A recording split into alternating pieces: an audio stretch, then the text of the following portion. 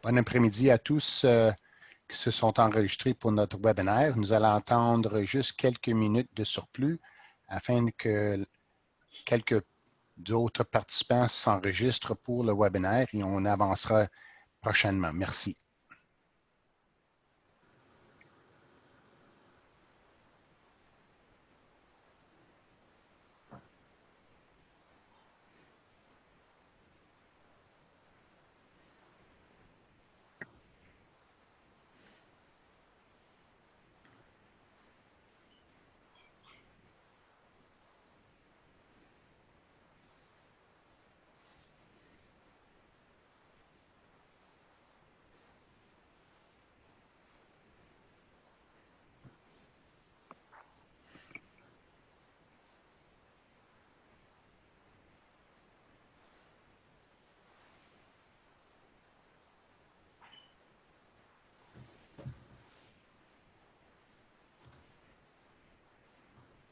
Alors, maintenant, nous allons débuter le webinaire pour ce mercredi après-midi. Bienvenue à tous. Je me présente. Je suis Richard Quinn. Je suis membre de l'Assemblée de directeurs pour l'association de ICAGM et je vais être votre hôte pour cette session cet après-midi. Il faut comprendre qu'aujourd'hui, le sujet, c'est le sens d'affaires et nous avons un grand nombre de participants et du monde de soutien pour répondre aux questions et puis vous achever à vous transformer avec plus de connaissances aujourd'hui. Alors maintenant, je vais passer la parole à un collègue, M. Daniel Dellery, qui est du Conseil de Trésor, afin d'introduire plus d'informations. Merci beaucoup, Richard. Bonjour, je m'appelle Daniel Dellery et je travaille au secrétariat du Conseil du Trésor au Bureau de la gestion des collectivités qui a la responsabilité des spécialistes qui travaillent dans les domaines de l'approvisionnement, de la gestion du matériel, des biens immobiliers et de la gestion des projets. J'ai le plaisir de vous présenter le premier d'une série de webinaires offerts en collaboration avec l'Institut canadien d'approvisionnement et de gestion du matériel. Ces séances sont conçues pour appuyer l'apprentissage continu et elles mettent en lumière les nouvelles compétences de la collectivité de l'approvisionnement du gouvernement du Canada. Il est essentiel de connaître les compétences nécessaires et de comprendre la façon dont elles peuvent être acquises au milieu du travail afin de s'assurer que les collectivités possèdent les compétences et l'expertise requises pour atteindre les objectifs de travail et pour respecter les priorités ministérielles et gouvernementales. Les compétences sont mesurables et observables et elles les comportent qui peuvent être évaluées. Elles offrent une vision commune de ce qui permet à un employé de mener à bien le travail au niveau de son poste. Nous avons déjà enregistré une séance de survol qui présente un résumé de ces compétences ainsi qu'une séance sur la compétence technique en gestion de projets de la collectivité des acquisitions. Les webinaires à venir porteront sur l'analyse des données puis sur la gestion des risques. Et la séance aujourd'hui portera sur la compétence du sens des affaires de la collectivité de l'approvisionnement. Toutes les séances enregistrées se trouvent soit sur le site web de l'ICAGM, sur la page GCpedia de mon équipe, dont le lien se trouve à la fin de la présentation aujourd'hui. Je suis heureux que vous avez pu vous joindre à nous aujourd'hui et j'espère que vous pourrez également assister à d'autres séances. Si vous avez des questions à propos de nos compétences professionnelles, n'hésitez pas à contacter mon collègue Trevor Graham et je vais écrire son courriel dans le chat. Sans plus tarder, j'aimerais vous retourner la parole à Richard Quinn. Richard, à vous. Merci, Daniel. Maintenant, j'ai le plaisir à introduire notre présenteur du sujet pour le webinaire aujourd'hui. Son nom, c'est Mario Giguère. Mario est spécialiste en approvisionnement et fait partie du ministère de Services publics et Approvisionnement Canada.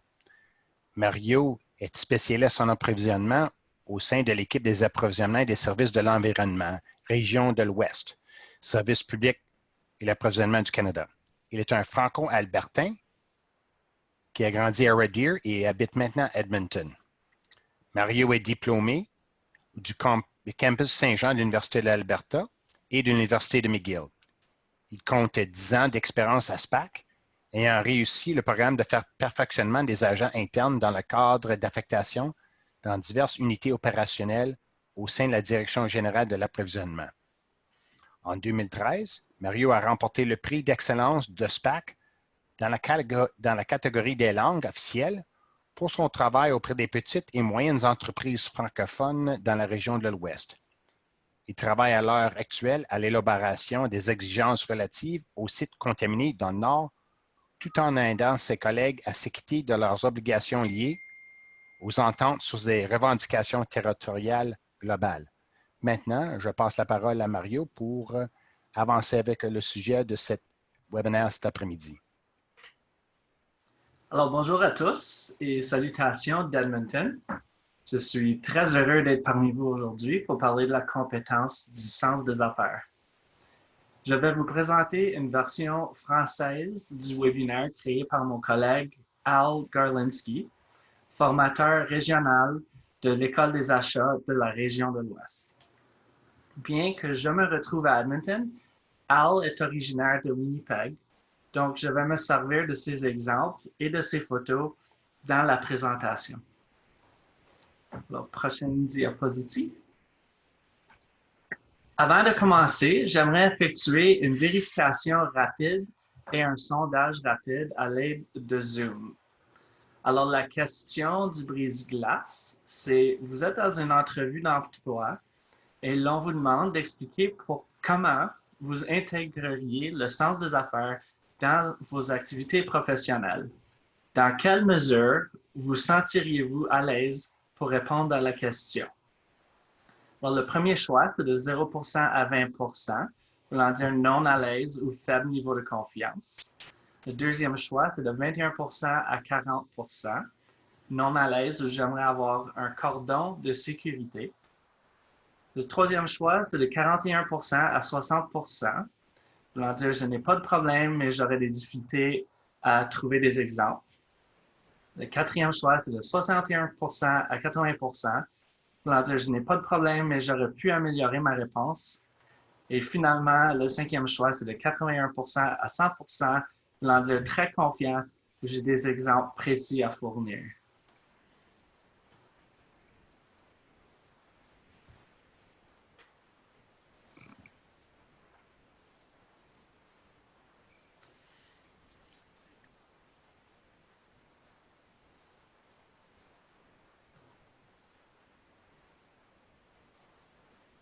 Alors, on a la majorité des gens qui ont choisi le deuxième et troisième choix. Alors, voulant dire que c'est non à l'aise ou aimerait un cordon de sécurité ou qu'il n'y a pas de problème, mais j'aurais des difficultés à trouver des exemples.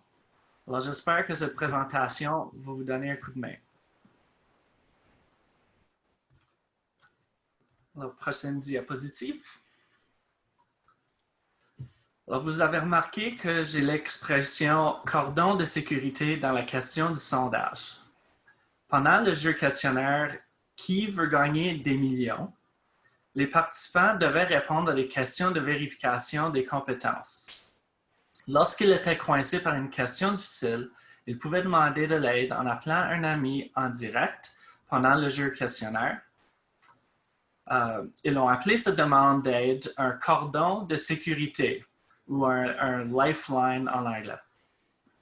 Alors, considérez cette séance comme un cordon de sécurité pour une entrevue future, étant donné que le sens des affaires est une compétence importante pour notre profession aujourd'hui, demain et bien dans le futur.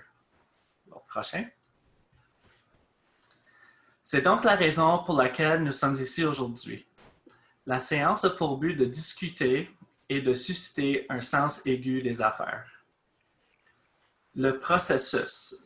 Je raconterai l'expérience personnelle de mon collègue, Al concernant les défis liés à l'achat d'équipements de conditionnement physique pendant la COVID-19. L'avantage se fait en 3 parties. Alors, 1, bien comprendre ce qui signifie avoir un sens des affaires. 2, comprendre ce qu'il faut faire pour perfectionner l'ensemble des compétences. Et 3, où trouver des ressources supplémentaires. Le prochain. Avant de plonger dans l'histoire à Al, examinons rapidement ce que signifie exactement un sens des affaires. Lorsque vous considérez le cadre des compétences en approvisionnement du SCT comme une maison, les compétences de base sont la fondation de la maison. Les compétences en leadership sont la toiture au sommet et les compétences générales sont le mur et les piliers de la maison. Et puis les compétences en approvisionnement spécialisé sont le cœur et l'âme d'un spécialiste en approvisionnement. Les compétences en approvisionnement sont ensuite divisées en compétences fonctionnelles et techniques. Et les autres compétences techniques sont ce que j'aimerais appeler les 5 grandes compétences que le monde devrait essayer d'acquérir et de perfectionner. Le prochain. Chacune des compétences techniques est distincte de l'autre, mais toutes les compétences techniques sont également liées entre elles. Donc, vous ne pouvez pas maîtriser la négociation sans comprendre la gestion de projet. Vous ne pouvez pas être un professionnel de la gestion de projet sans comprendre la gestion des risques. Vous ne pouvez pas appliquer des principes de gestion des risques valides sans comprendre l'analyse des données. Et vous ne pouvez pas non plus posséder un sens des affaires sans comprendre et appliquer les autres compétences. Prochain. Le document intitulé « Compétences de la collectivité des approvisionnements du gouvernement du Canada » contient une définition claire et concise du sens des affaires, ainsi que les divers niveaux de cette compétence. C'est un excellent document à lire après cette séance pour comprendre le sens des affaires et les diverses autres compétences. Prochain. Par souci de clarté, ma définition est la suivante. Les personnes qui ont le sens des affaires, 1, sont des penseurs critiques, 2, examinent un défi, un problème ou une possibilité dans une perspective globale, 3, communiquent avec d'autres principaux intervenants et recueillent des renseignements opérationnels, 4, évaluent les risques et les possibilités, et 5, en s'appuyant sur leurs recherches, conçoivent des options pour leurs clients et prennent une décision qui ajoute de la valeur pour tous les intervenants, ce qui inclut les clients internes, des fournisseurs et des Canadiens. Prochain. Si quelqu'un me demandait d'expliquer le sens des affaires en une phrase, la meilleure définition, selon moi, est la suivante. C'est l'acuité et la rapidité à comprendre et gérer une situation d'affaires, incluant les risques et occasions, de manière à aboutir à un résultat positif. Prochain. Alors, commençons par l'histoire à Al. Il venait de terminer un événement organisé conjointement par notre ministère et l'ICAGM au Musée canadien des droits de la personne à Winnipeg au début du mois de mars. Le sujet et le thème étaient « Comment améliorer rapidement votre sens des affaires ». C'était un événement formidable. Toutes les places ont été réservées et les gens se sont vraiment amusés. Al était enthousiaste à l'idée de poursuivre sur cette lancée, car il avait plusieurs étudiants de l'université qui commençaient un stage de 8 mois à l'école des achats de la région de l'Ouest en seulement quelques semaines. Prochain. Eh bien, exactement 2 semaines après cet événement, toutes nos vies avaient changé avec la COVID-19. Tous les bureaux de la région de l'Ouest ont été fermés et nous avons commencé à travailler à domicile. C'est cette fameuse date du lundi 16 mars qui sera gravée à jamais dans notre mémoire. Prochain.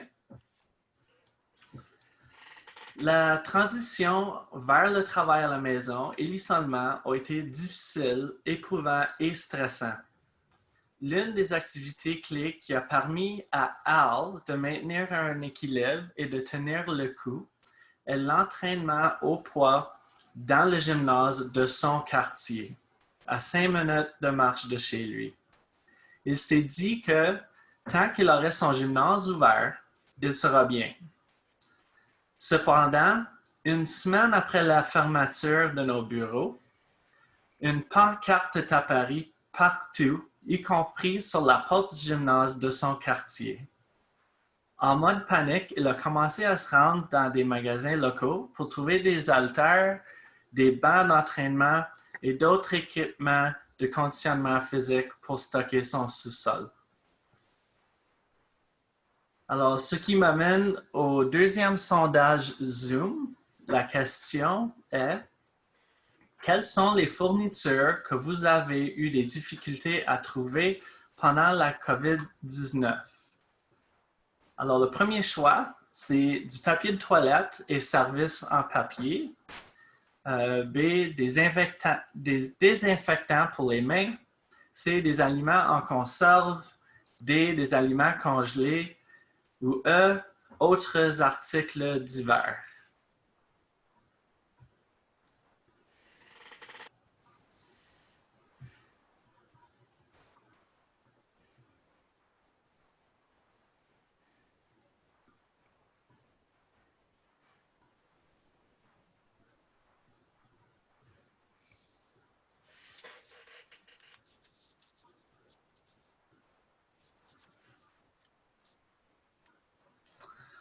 Wow, alors c'est pas mal également réparti.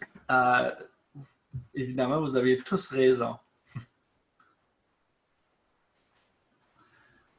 Alors, prochain.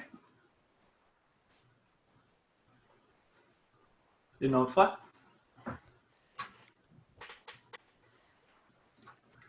Al ne savait plus ou ne savait pas du tout qu'il était dans une impasse. L'équipement d'entraînement au poids a été vendu jusqu'à l'épuisement des stocks dans les magasins de grande surface, dont le Canadian Tire, Costco, Walmart, magasins Fitness Equipment, dans les magasins en ligne et sur Amazon. Les gens qui vendaient de l'équipement sur les médias sociaux ou Kijiji demandaient soudainement des prix exorbitants pour l'équipement usagé, à 10 fois, 20 fois, 30 fois le prix du détail. À la une des journaux, on reportait que les haltères et l'équipement de conditionnement physique devenaient le nouveau papier de toilette en raison des pénuries. C'était tellement vrai. Au prochain. 3 mois plus tard, on retrouvait une certaine quantité de papier de toilette, des serviettes en papier et de désinfectants pour les mains sur quelques étagères. Mais avec l'équipement de conditionnement physique, les étagères étaient toujours vides. Les centres de conditionnement physique étaient toujours fermés.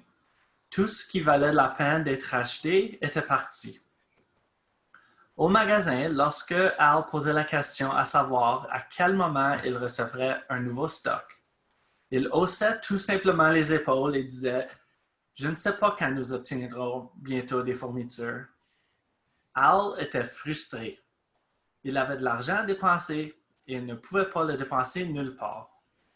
Il se demandait pourquoi les fabricants des équipements de conditionnement physique n'agissaient pas ensemble pour répondre à la demande. Curieux de nature, comme il l'est, Al devait trouver les raisons et il a trouvé sa réponse. Plus important encore, il a appris une précieuse leçon en ce qui concerne le sens des affaires. Prochain. Dans une perspective globale, Al a appris que, parfois, vous devez enlever les œillères, prendre du recul et regarder la situation dans son ensemble.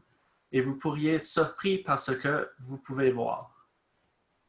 Par conséquent, les équipements de conditionnement physique et les haltères faisaient partie d'une chaîne d'approvisionnement complexe et fragile, qui était un microcosme de l'économie et de la chaîne d'approvisionnement mondiale de tant d'autres fabricants de produits.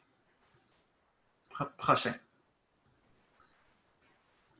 Cette leçon a créé un moment eureka au travail. Dans notre milieu de travail, nous travaillons souvent en portant des œillères, en isolement. Nous faisons ce qui a été fait auparavant parce que ça a fonctionné dans le passé ou parce que c'est le chemin le plus facile pour le faire. Prochain.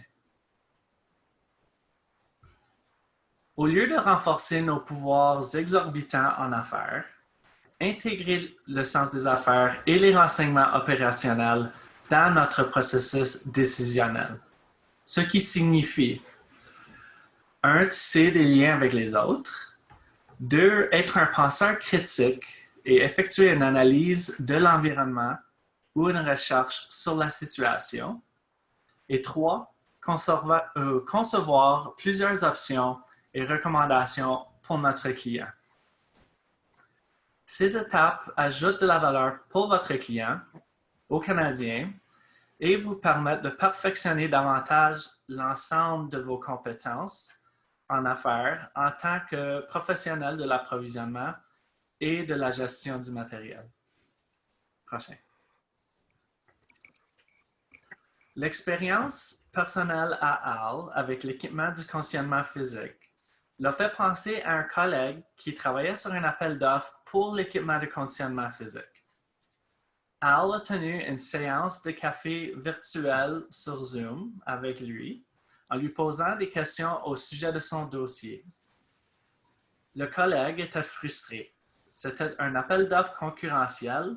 Il avait reçu des tonnes de questions de la part des fournisseurs pendant la période d'affichage, près de 50 questions en fait, ce qui était beaucoup pour une exigence de taille moyenne. Les appels d'offres ont pris fin et après son évaluation, il a déterminé qu'il n'y avait pas de soumission recevable. Il devait donc préparer un nouvel appel d'offres. Prochain. Pendant l'appel, Al a dit « Revenons un peu en arrière, sortons un bout de papier vierge et un stylo et analysons la situation. Alors, faisons une analyse de l'environnement à l'aide du principe FFPM, voulant dire force, faiblesse, possibilité et menace. Ce qui nous amène à notre troisième sondage Zoom. Intégrez-vous l'analyse FFPM dans votre recherche sur certains de vos projets d'approvisionnement ou de gestion du matériel? Les choix sont A, oui ou B, non.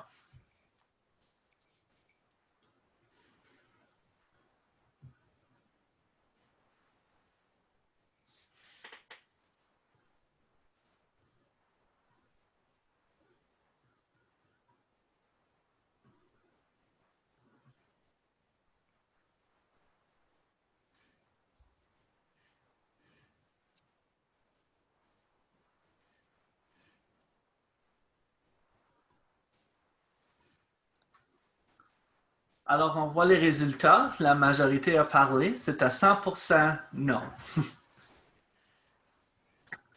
Alors, prochain.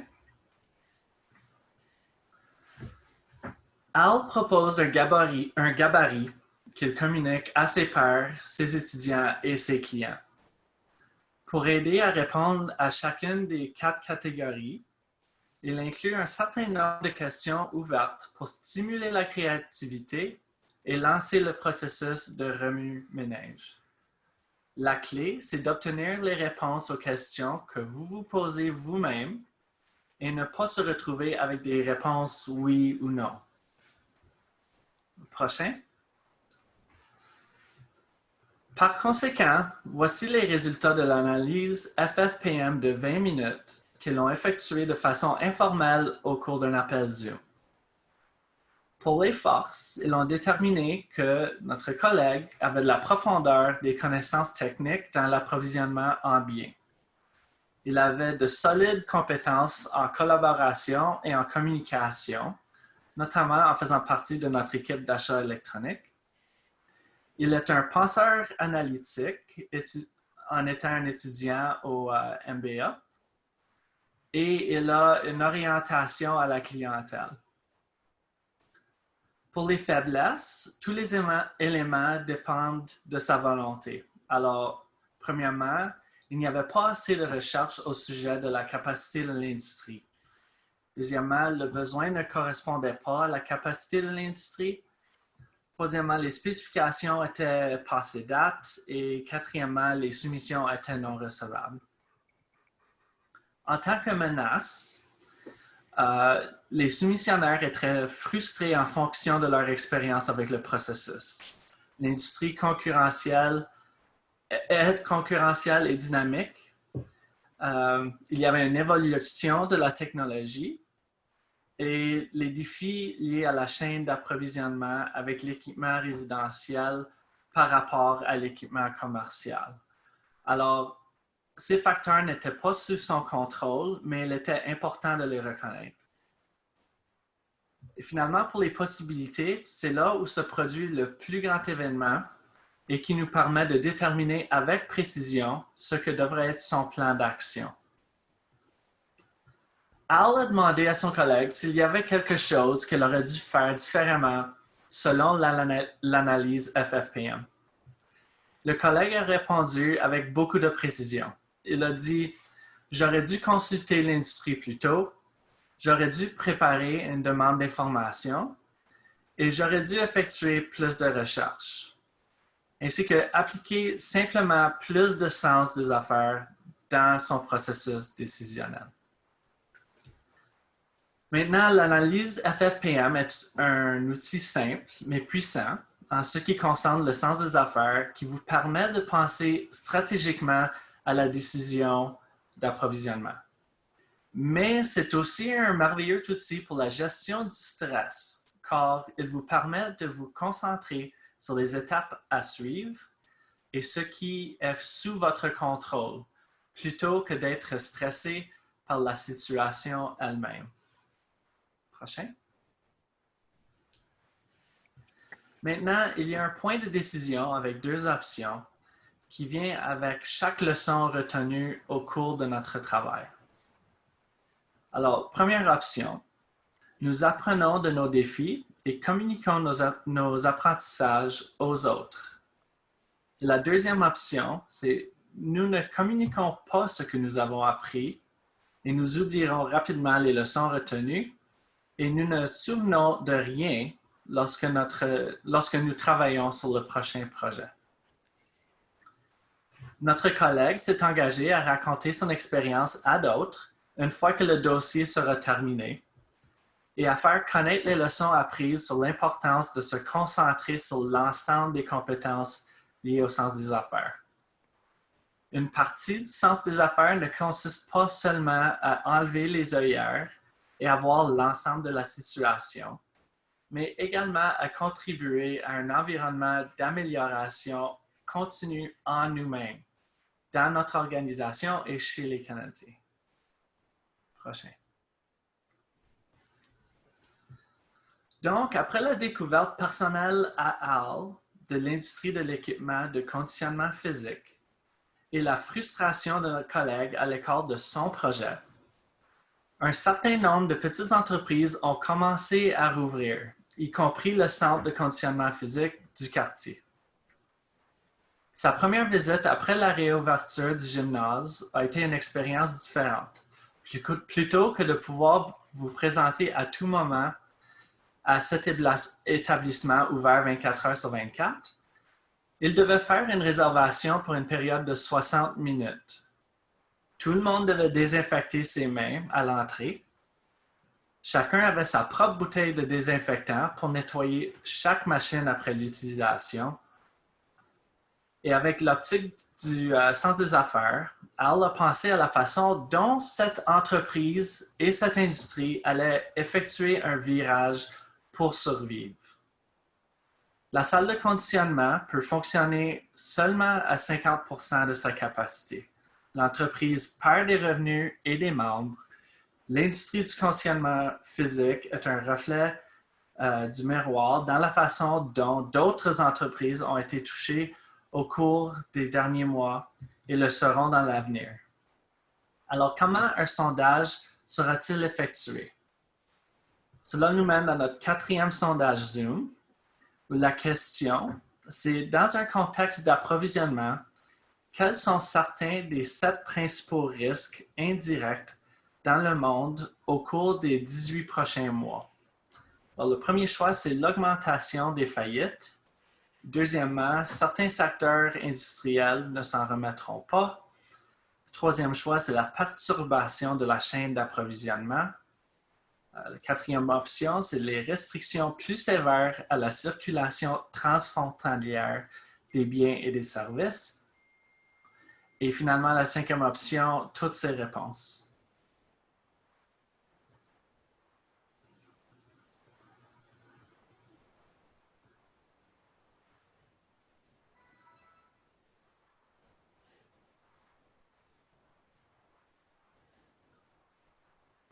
Alors, la majorité des gens ont choisi toutes ces réponses, avec 25% qui ont choisi certains secteurs industriels ne s'en remettront pas. Prochain. Voici les domaines que le professionnel de l'approvisionnement et de la gestion du matériel doit prendre en considération pendant que nous avançons dans la nouvelle normalité. Quel est son effet sur nos projets? Quel est son effet sur la chaîne d'approvisionnement? Quel est son effet sur la livraison des produits et la prestation des services? Quelle est la meilleure stratégie d'approvisionnement et l'approche d'évaluation? Quand vous enlevez les œillères et que vous considérez l'ensemble de la situation, vous devez réfléchir à certains de ces risques. Prochain.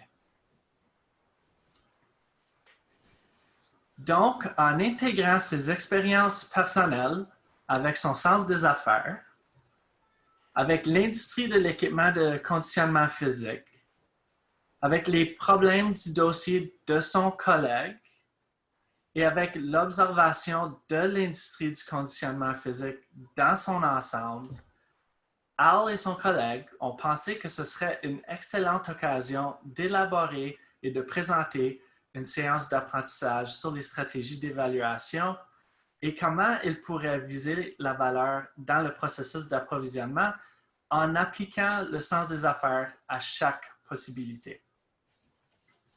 Ils ont donc choisi l'industrie du conditionnement physique et ont élaboré 3 études de cas sur des tapis roulants sans moteur, le tapis roulant de bureau et le yoga en ligne pendant la COVID-19. Les participants devaient examiner les analyses de rentabilisation et effectuer des recherches sur le produit et appliquer le sens des affaires en premier temps, effectuant une analyse FFPM avec l'industrie. En deuxième temps, effectuant une évaluation des risques. Et en troisième temps, effectuant une analyse des options et présenter des options et des recommandations. Au prochain.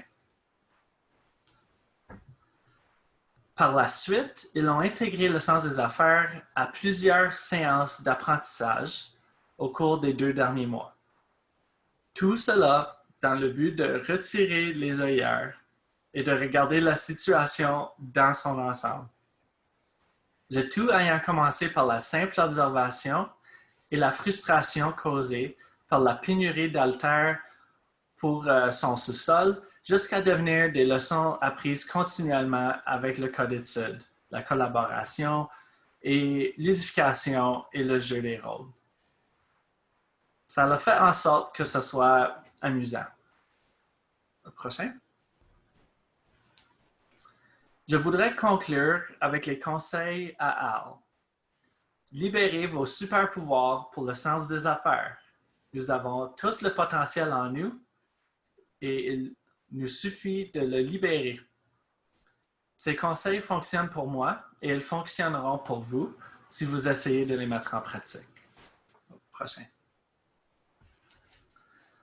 Alors, le premier conseil, c'est de télécharger le document nommé « Compétences de la collectivité des approvisionnements du gouvernement du Canada ».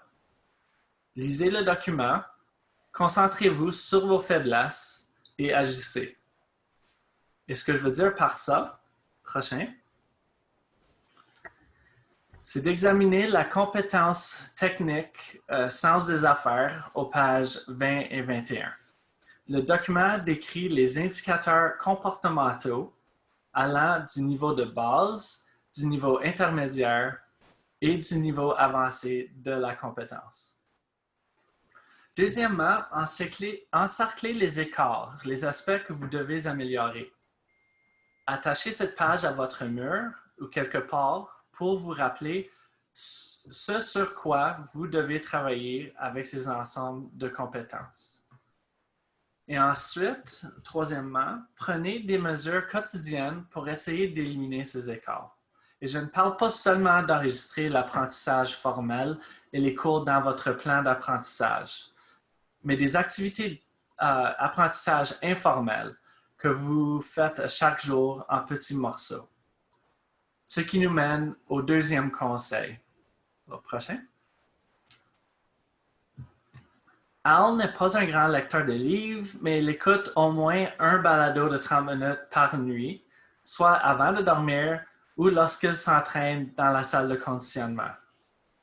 Lorsqu'il cherche un sujet, il est lié aux événements actuels, à l'intérêt personnel et au sens des affaires. Ses balados préférés sont ceux du CBC pour des nouvelles, de Found My Fitness pour la santé et bien-être, le neuroscientifique Sam Harris, jusqu'au comédien Joe Rogan. Prochain.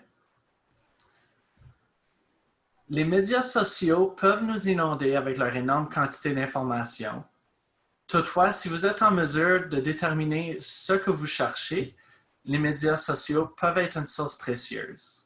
Alors, chaque mois, Leader GC organise une série de discussions d'1 heure sur Twitter avec des fonctionnaires partout au Canada sur un grand éventail de sujets. C'est une façon sympa de collaborer et d'échanger sans peur partout au Canada sans obstacle. Si je cherche un article particulier sur le sens des affaires, je vais faire une recherche sur LinkedIn comme première étape. Prochain. Le quatrième conseil. Consultez outils GC mis à notre disposition. Plus précisément, j'aime les avantages que GC Collab m'offre en tant que professionnel de l'approvisionnement. Le Bureau de gestion des collectivités du SCT a mis sur pied un groupe de collaboration appelé Collectivité fonctionnelle de l'approvisionnement des biens immobiliers et de la gestion du matériel. Vous pouvez participer à ce groupe si vous voulez rester au courant des possibilités d'apprentissage ou obtenir des renseignements sur les possibilités d'apprentissage. Al cherchait plus particulièrement des renseignements sur le sens des affaires et le nombre de personnes qui ont utilisé l'analyse FFPM. Il n'a pas trouvé de renseignements à ce sujet, donc il a élaboré un sondage et a demandé la rétroaction de la communauté. Comme ce groupe compte plus de 1400 membres, vous obtiendrez certainement une certaine collaboration dans ce groupe. Prochain.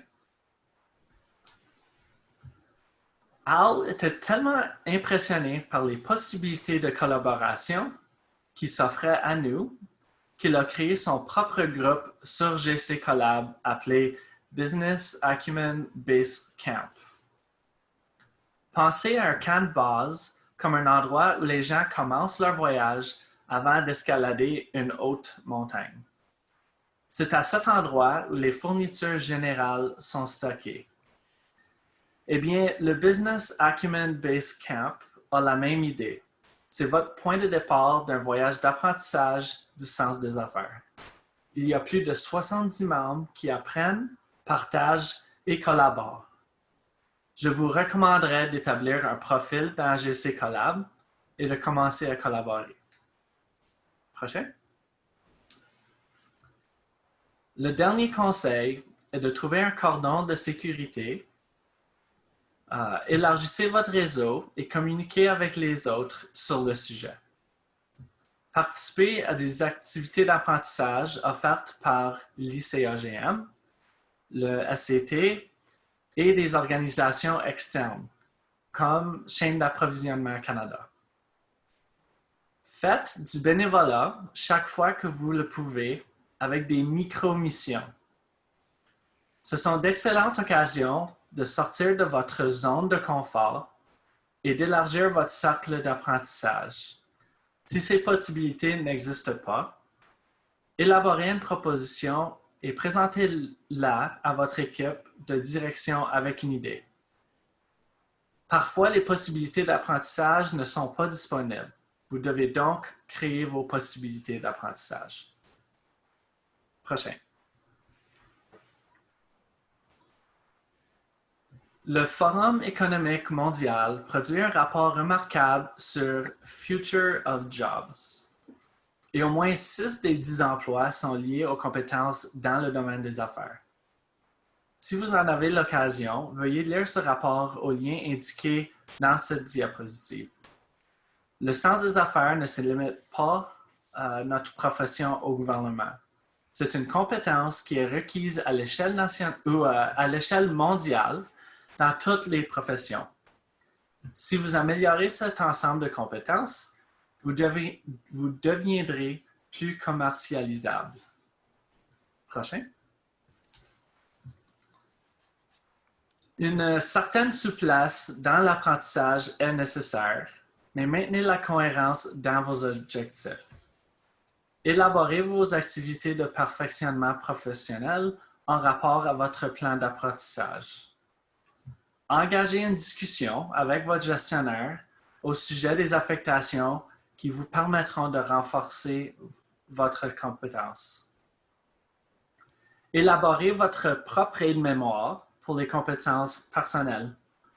Élaborez une liste des expériences professionnelles où vous avez démontré votre sens des affaires.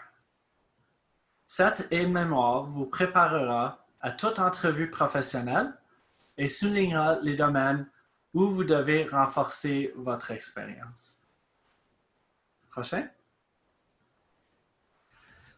Et voilà ce qui conclut notre présentation. Et j'aimerais répondre à des questions.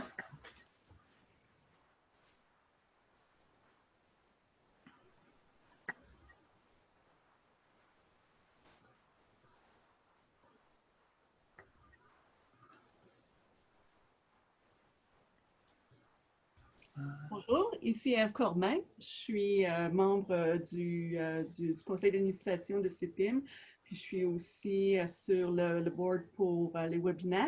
Donc, Richard est avec nous et Richard va pouvoir regarder. J'ai vu que dans les questions et réponses, il n'y avait pas de questions directement posées. Richard, as-tu eu la chance de voir s'il y avait quelque chose dans le chat? Présentement, Ève, nos participants n'ont pas soumis de questions à répondre de la part de Mario ou d'autres participants présentement. Alors, j'encouragerais aux participants, aux participantes, si vous aviez des questions au sujet de la présentation de la part de Mario et son collègue Al Garlinski, on vous demanderait de soumettre vos questions en écrit et puis on vous répondrait aussi bien que possible. Si on manquera du temps à la fin de la session, les questions qui ne sont pas répondues seront répondues par écrit suite à la fin de la session. D'accord. Donc, à ce moment-là, Mario, en attendant qu'on ait certaines questions du public, est-ce que je peux te poser quelques questions? Certainement. Parfait. Donc, si je devais me concentrer sur une stratégie d'apprentissage pour mieux améliorer mes compétences, spécialement pour mon sens des affaires, ce serait quoi la stratégie que tu me suggérerais aujourd'hui? Bien, ma stratégie, du moins d'un point de vue personnel, c'est de vraiment juste rendre plus globale mes connaissances. C'est vraiment une question de faire de la recherche et de voir un point de vue plus grand sur un problème. Alors, moi, une chose que j'aime faire, c'est me porter bénévole pour certaines situations, de voir c'est quoi les outils qui sont disponibles pour faire de la recherche. Alors, dans le domaine de l'approvisionnement, c'est souvent faire des choses comme des demandes d'information avant de faire son processus. Mais aussi de faire exactement comme Al, de juste appliquer des expériences personnelles comme la situation des poids haltères et de juste mieux comprendre l'industrie et de comprendre les forces et les facteurs qui sont derrière le problème. Donc, personnellement, comme l'exemple à Al, c'est les poids haltères. Pour moi, c'était réellement trouver des moniteurs et des vidéocaméras pour travailler de la maison. Je trouvais que quand on a commencé à travailler à la maison le 16 mars, j'avais été à des magasins pour trouver des outils informatiques comme ça, puis c'était tout vendu partout. Alors, je pense que ça revient un peu au même point. Il faut comprendre un peu les chaînes d'approvisionnement et les pressions qu'ils exercent un peu partout dans le monde. Puis juste être créatif aussi, à penser comment on peut résoudre nos problèmes dans les circonstances. Alors, j'espère que ça a répondu à la question. Oui, merci. C'est parfait. Puis, pour le sens des affaires, est-ce qu'on doit faire ça dans chaque projet ou quand est-ce que ça devient important d'utiliser le sens des affaires? Puis, quand est-ce que ça... À quel moment est-ce que c'est le plus important d'investir dans cette stratégie-là, puis le SWOT analysis, comparativement à quelque chose de plus simple? Bien, évidemment, je vous mentirais si je disais que je faisais une analyse de la sorte sur tous mes dossiers. Je pense qu'on est tous occupés. Il y a plusieurs dossiers où on est très confortable. On connaît bien le domaine, on a une bonne certitude sur les résultats. Mais moi, je dirais que ça devient vraiment pratique dans les cas où c'est moins certain, où on a peut-être une commodité qui est nouvelle et puis qu'on est vraiment en train d'approfondir nos connaissances. Alors, dans ce sens-là, je pense que c'est des bonnes situations où appliquer le processus de FFPM. C'est juste de la bonne recherche. Ça peut nous sauver des problèmes plus tard et du temps aussi. Alors, si on sert de l'exemple de notre collègue dans la région de l'Ouest qui voulait acheter de l'équipement d'exercice, lui, c'était la première fois qu'il touchait à un dossier du genre. Et je pense que s'il avait fait un peu plus d'efforts, s'il avait fait une analyse de la sorte, il aurait probablement évité le besoin de ressolliciter sa demande, essentiellement. Alors, d'un point de vue, c'est du common sense, mais je pense que c'est juste une manière de s'informer et de prendre des décisions informées. Mario, nous avons reçu une question de la part d'un participant et c'est dans le cadre du FMPM sur le dernier point de menace. La question se pose, est-ce possible de nous donner des types de menaces auxquelles on doit s'attendre dans notre quotidien? Les types de menaces. Mais là, je pense que ça dépend du domaine ou sur ce qu'on travaille. Si je veux parler des produits informatiques comme ça, je sais que la menace, c'est premièrement, il y a des millions de personnes comme moi qui venaient de se faire dire qu'ils doivent travailler de la maison. Alors, ça devient de la compétition ultra accrue pour acheter des moniteurs ou des caméras de vidéoconférence. Alors, ça, je dirais, c'est comme un genre de menace. Des fois, ça pourrait être aussi juste connaître c'est qui les fournisseurs. Alors, moi, j'avais été à un magasin que je connais bien, mais je pourrais faire une recherche pour voir c'est qui les autres fournisseurs. Alors, s'il n'y a pas beaucoup de fournisseurs pour les produits qu'on a besoin, ça aussi, c'est une menace. Je te dirais aussi, peut-être que juste en lisant les nouvelles, on voit qu'il y a une grosse pénurie de plastique pour une raison ou une autre. S'il y a une pénurie de plastique, il y a probablement une bonne chance qu'il y aura moins de fabrication de moniteurs.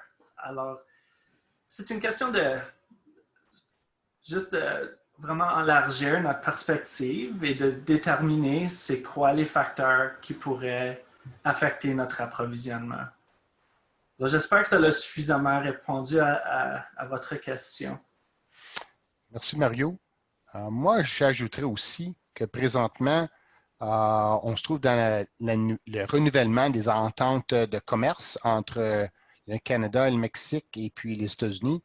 Et moi-même, tant que je ne suis pas gestionnaire d'approvisionnement au niveau des achats, c'est toujours quelque chose que je tiens à suivre aux nouvelles, surtout au niveau politique, parce qu'on parle présentement des tarifs contre un pays contre l'autre et puis d'autres tarifs qui seraient faits sur les autres pour les produits, les ressources qu'un pays détienne. Alors, moi-même, c'est quelque chose que je suis de proche afin de savoir si probablement les taux, les niveaux, les barèmes nécessaires pour les contrats devraient changer, quelles commodités sont maintenant sujets à une entente de commerce ou peut-être l'inverse, il y a peut-être des commodités qui ont été acceptées qui font plus part des ententes. Alors, comme gestionnaire d'approvisionnement, moi, je m'informerais surtout du côté des ententes commerciales entre les trois pays afin de s'assurer qu'il n'y a rien qui a changé qui nous touche d'une façon quotidienne. Effectivement. Ben, si je peux faire une transition avec ça, merci Richard pour ton commentaire. La semaine prochaine, notre webinaire va être justement suite à la fin de l'ALENA. Qu'est-ce qui se passe? Donc, ça, c'est le webinaire de la semaine prochaine. Et ensuite, on va avoir un autre webinaire la semaine suivante, toujours sur les compétences d'approvisionnement. Donc, au nom de l'IKGM, je voulais remercier très chaleureusement Mario d'avoir pris le temps de faire la présentation pour nous. Souvent, les gens qui présentent sont des gens de la région de la Capitale-Nationale ou du Québec, pour ceux qui présentent en français. Donc, c'était vraiment un honneur pour nous aujourd'hui d'avoir un franco-albertain. Donc, je suis très contente qu'on ait eu Mario. Veuillez prendre note qu'on est très content aussi du partenariat avec le secrétariat du Conseil du Trésor pour présenter les nouvelles compétences techniques d'approvisionnement. Donc, cette semaine, vous aviez le sens des affaires. Je crois que la prochaine présentation va être bilingue avec Joséphine Dahan dans 2 semaines et c'est sur l'analyse des données. Donc, et ensuite, les autres compétences qui vont être vues et qui vont être présentées par le secrétariat du Conseil du Trésor, par le Bureau de gestion des communautés, ça va être aussi la gestion des risques et les négociations. Donc, nous voulons vous remercier chaleureusement et Mario d'avoir présenté de la part du secrétariat du Conseil du Trésor et le secrétariat du Conseil du Trésor et Richard qui est sur le comité des webinaires et qui a eu l'idée de faire le partenariat avec le secrétariat du Conseil du Trésor. Donc, nous vous remercions pour tout ça. Puis, on voulait aussi vous dire, cette année, nous étions désolés de ne pas faire l'atelier national qui était prévu en juin, qui a été reporté en décembre. Et finalement, pour ne pas faire une année sans événement majeur, restez à l'affût. Je suis désolée, j'ai pas eu le temps de faire mon background en français. Il est en anglais seulement pour l'instant, mais on a un sommet virtuel les 1er et 2 décembre. La formule va ressembler un peu à l'atelier national, mais ça ne sera pas comme l'atelier national. Il va y avoir beaucoup de choses différentes. Ça va être tout virtuel, donc pas de chance d'être contaminé. Vous n'avez pas besoin de porter votre masque toute la journée à la maison. Donc, vous n'avez pas à vous faire de soucis avec ça. Donc, restez à l'affût. Les informations devraient sortir bientôt. Je suis aussi sur le comité pour le sommet virtuel. Donc, l'agenda devrait sortir très, très bientôt. Nous avons une belle brochette de conférenciers et nous avons bien hâte de vous voir. Ça va être 2 jours et ça va être un petit prix puisque tout est virtuel. Donc, je vous remercie beaucoup au nom de l'IKGM de vous être joints à nous aujourd'hui. Et venez nous joindre la semaine prochaine. Notre présentatrice est francophone. La présentation va être surtout en anglais, mais Marie-Josée va pouvoir prendre des questions aussi en français. Et elle va rendre la présentation disponible aussi en français par la suite. Donc, nous vous remercions encore de vous être joints à nous. Merci à Daniel du secrétariat du Conseil du Trésor d'avoir été avec nous aussi aujourd'hui. Et on vous dit à la semaine prochaine. Merci, au revoir. Salut tout le monde.